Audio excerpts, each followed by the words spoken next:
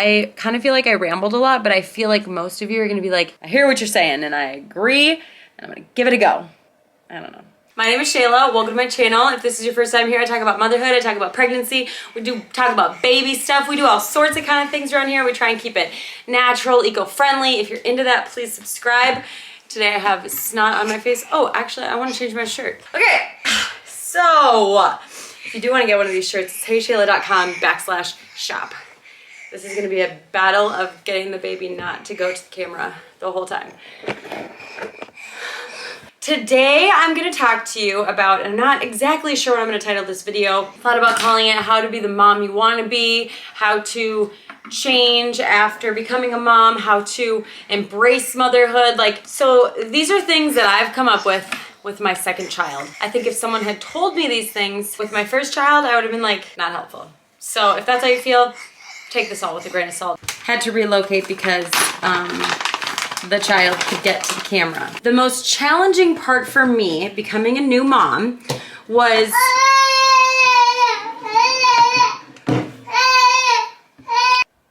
hey guys.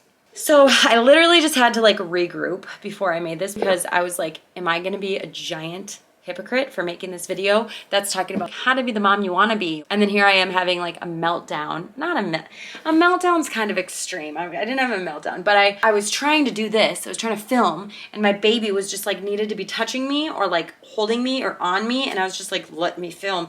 And then I realized that she was hungry. Fed her and then she could be like 3 feet away. Now she's downstairs because I was like, Seth, I need your help here. So I've been working very hard to be happier and to like do the things that I want to do and to be the person that I want to be. So I want to share those things with you in case you're like, I'm struggling, I'm on the struggle bus of motherhood, because same sister. So I guess I wanted to start by saying that like I'm telling you these things that have worked for me, and I still have those moments of just like, what is going on? Let's get started. The number one struggle for me when I became a new mom was like, so when's my life gonna be back to normal? When am I gonna travel again? When am I gonna get to just like get in the car and go to Target? It gave me a really negative feeling towards motherhood and just like becoming a mom. I think the biggest reason why I wondered when things were gonna get back to normal is because I was wondering what I was doing wrong. What am I doing wrong that's making her not sleep? Why do I not know what she needs when she cries? Am I drinking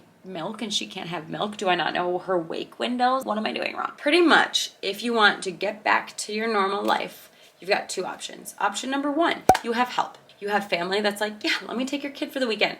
Go on a trip, see you later. Oh, you wanna go out 3 nights in a row? Cool, I'll hold your kid because I'm the grandparent. Not all of us have that option. The other option is paid help. So you pay a babysitter, you pay for a nanny, you pay for an au pair, you pay for daycare, you pay for someone to come and assist you with your children. Then you can go out and do the things that you want to do. Those options weren't really on the table for me, mostly because I wasn't willing to leave my child. The second option is, and this is the information that you might be like, I'm not ready for that, and that's fine. You need to accept your circumstances and then figure out the change you need to make. I'm fairly confident that Seth actually said this to me. He'd be like, Shay, why do you go into the naps thinking that she's gonna nap? You should just go in there with like no expectations. And I was like, because I need a break. And the wake window says that she's supposed to be sleeping right now, so she should be sleeping. It shouldn't be this hard. That's how I felt. And now with my second, I don't have expectations on her nap. If she decides she doesn't want to nap, we get up and we try again in 30 minutes. I'm not gonna sit there for an hour and just go crazy trying to get her to nap. It's taken an enormous weight off of my shoulders. So the acceptance and figure out your changes is to figure out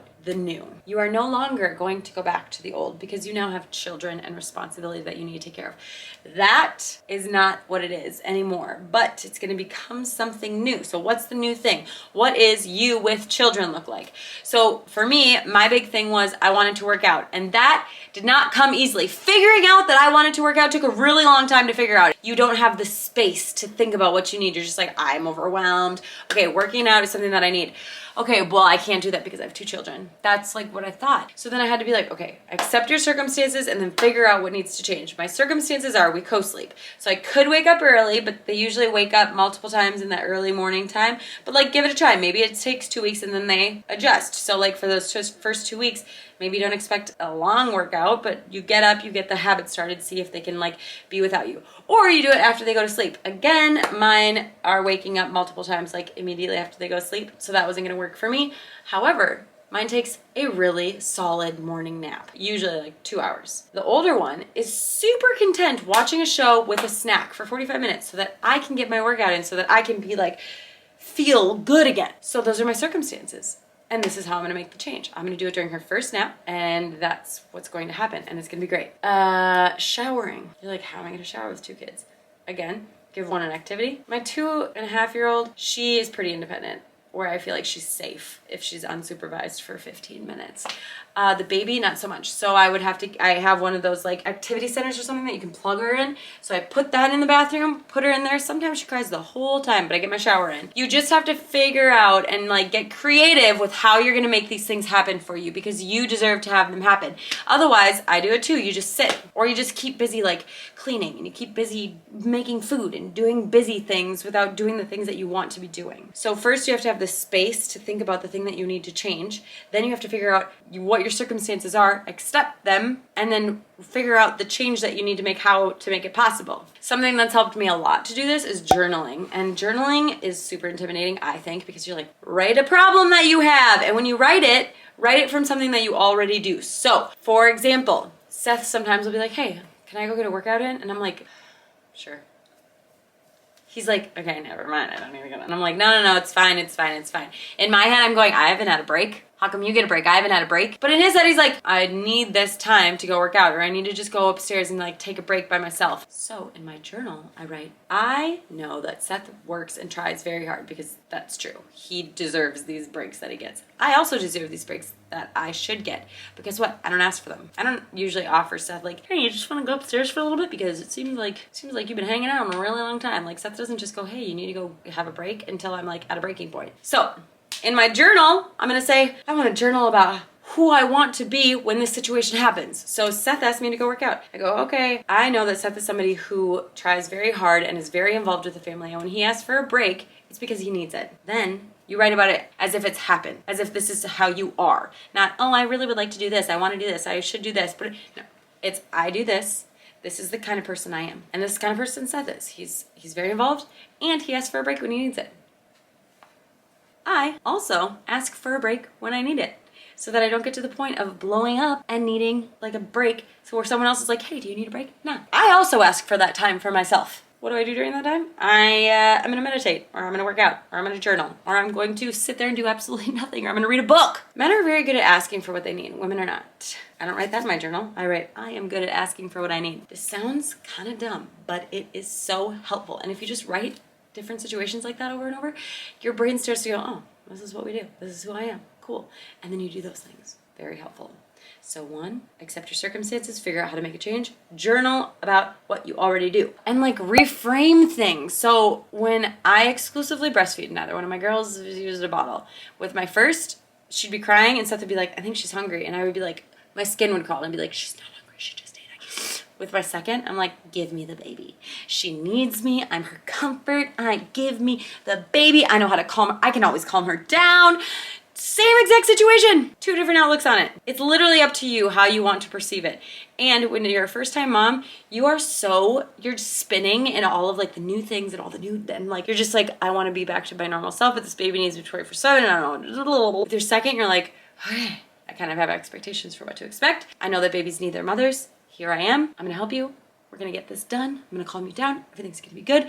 And you can just kind of like look at it from a different perspective. So if you're a first-time mom and you're struggling, your kid is not crying to like make you angry. They're crying because they need something, probably you, and that's really overwhelming. But you can feel good being like, okay, I'm here for my kid the way I want to be. Another alternative to journaling is just talking to your partner and saying, hey, I need a solution. I always start that with Seth. I'm like, I don't need a solution. I just want you to hear how I'm feeling right now. Thank you.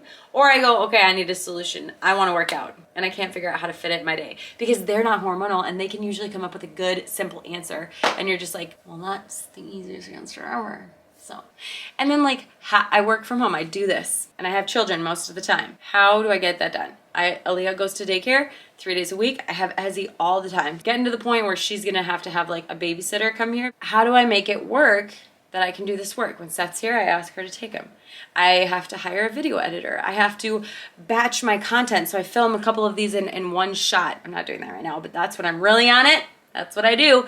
So just having to figure out how I do things new. I used to be able to film one day, publish the next day because I had nothing but time. I could like film it, then I could edit it for like 4 hours, then I could make the thumbnail, write the email, get it out. Now I'm like, okay, I was able to film for 20 minutes. Cool, send it to the editor. In a week when it comes back, I'll figure out the thumbnails and all the SEO stuff for the video, and then we'll get it out. That's the new norm, and that's fine. It works. One book that was super helpful was Hunt, Gather, Parent. I like listen to audiobooks all the time when I'm driving, when I'm cooking, when I'm cleaning, different things. I just listen to audiobooks just to learn. Hunt, Gather, Parent basically says you do not have to like go play with your child. They can coexist. That released me of so much stress because I was like, I don't have to entertain you all the time. I can do the dishes and you can coexist with me while I do the dishes and see how things work, and we can be one big happy family. Or we can all go on walks together, or like we can build something together. If I don't enjoy playing Barbies, we don't have to do that. We can make cookies because that makes me really happy, or we can like build things or make projects or different things like that. And if your kid's into it, then you get to do it. If they're not into it, you can't force them to do it, but it just kind of like challenged the idea of like having to play with your kid. It basically talked about how the village is usually there, so they have like other kids to play with, but now it's you and you also have all these other things to do.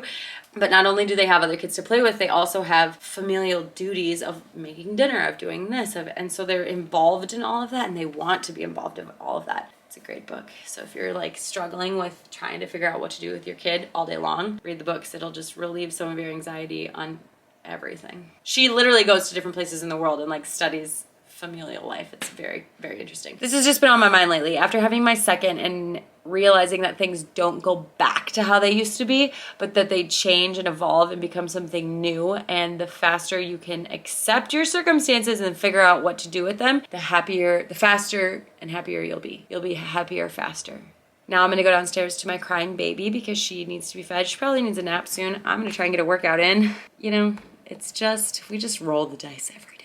So I hope this video was helpful for you, that you didn't feel like I was just rambling, that you like agreed and could feel what I was feeling in your soul. And I'll see you guys next time. Bye.